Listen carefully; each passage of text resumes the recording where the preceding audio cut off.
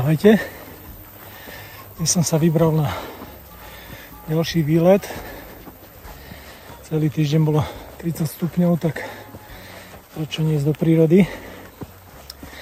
Vyviezol som sa do Banskej Bystrice a idem si dať taký malý okruh. Uvidím, kam sa až dostanem od piatku do nedele. A keď tu ma hneď privítal pri výstupe z autobusu dáždik, takže je nielen dusno, ale aj nekonečne vlhko. Ale však žiadne počasie ma nezastaví, takže začínam, lúčim sa s Banskou Bystricou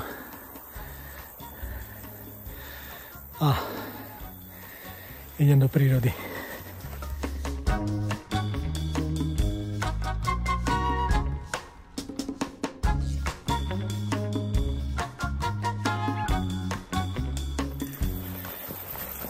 Na úvod som si vybral modro značený chodník Kamila Linharta po pánovi, ktorý, pokiaľ som sa dočítal, zasvetil celý život turistike a značeniu chodníkov tu v okolí Banskej Bystrice. Začína sa na vrchu Banskej Bystrice na Túlskej a končí na Skalke. Musím ale povedať na adresu miestneho klubu turistov, že keď je to chodník po značkárovi, mohol byť značený trošku lepšie, lebo nad Bystricou priamo je veľmi veľa chodníčkov, ktoré krížujú tento chodník, rozvetvujú sa. Tak pomaly každých 100 metrov som musel na mape pozerať, kade sa vybrať, pretože značené to nebolo. Aspoň kúsok za Bystricou by to mohlo byť trošku hustejšie. Ale teraz už som vyšiel prvý stupáčik. A keď asi len krátky oddych mám vodorovný. Má to byť na Skalku 800 výškových, takže ostrý začiatok v tomto teple a vlhku. Ale ako som si to vymyslel, tak to mám. Práve som z Lúk nad Banskou Bystricou vkročil konečne do lesa. Nastal okamžitý pokles teploty o 15 stupňov, ale vnímam to ako malý zázrak, lebo už som mokrý ako myš. Čo sa vlastne hovorí mokrý ako myš, neviem. Takže mám rád les. A tento ihličnatý voňavý obzvlášť.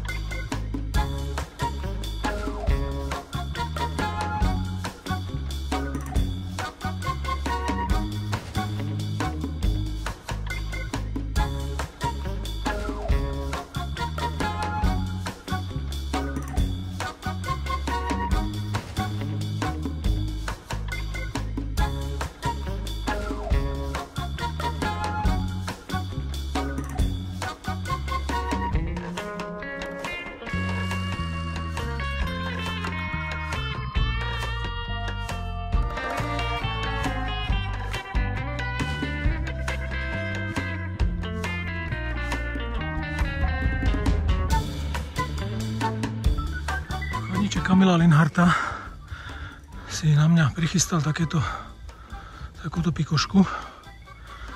Zatiaľ som dal 150 výškových asi na 200 metroch, čiže skoro 45 stupňov. A keď som prišiel do zákruty, tak som zistil, že to ešte nekončí.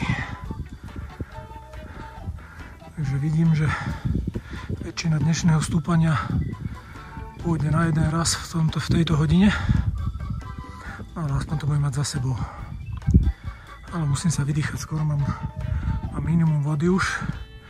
Tak budem musieť na Skalke, dúfam, že tam bude nejaká kofolka.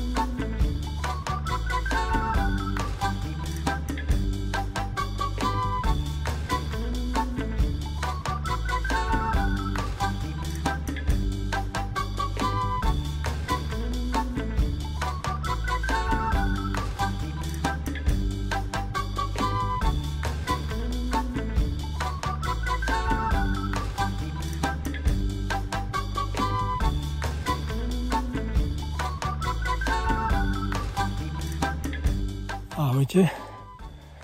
Tak asi pred hodinkou som úspešne zdolal výšľap na hreben na skalku. Bolo to čosi. Tak koniec koncov bolo to naraz z Bystrice 800 výškových. Viac menej naraz. Teraz šlapem z Kordického sedla dole do Kordíkov a teda potvrdilo sa mi, že žltá stojí vždy za prd. Je to strmina. Keď teda je to tu pekné za mňou, to je chodník, ale je to strašná strmina, čiže podľa mňa, ak kto šlape SMPčku, radšej by som spal niekde v tuneli, ako šlapať toto dole a ráno zasa naspäť. To je strata pol dňa kvôli teplej posteli, neviem, či to za to stojí. Ale už som sa dal na boj, tak budem bojovať. Aj keď ja našťastie nejdem zajtra tadeto. Nájdem si nejakú alternatívu.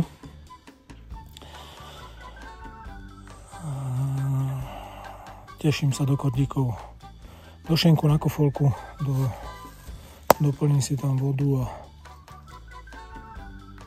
kúsok za Kordíkmi by mali niekde spať moji kamaráti, takže dúfam, že ich nájdem.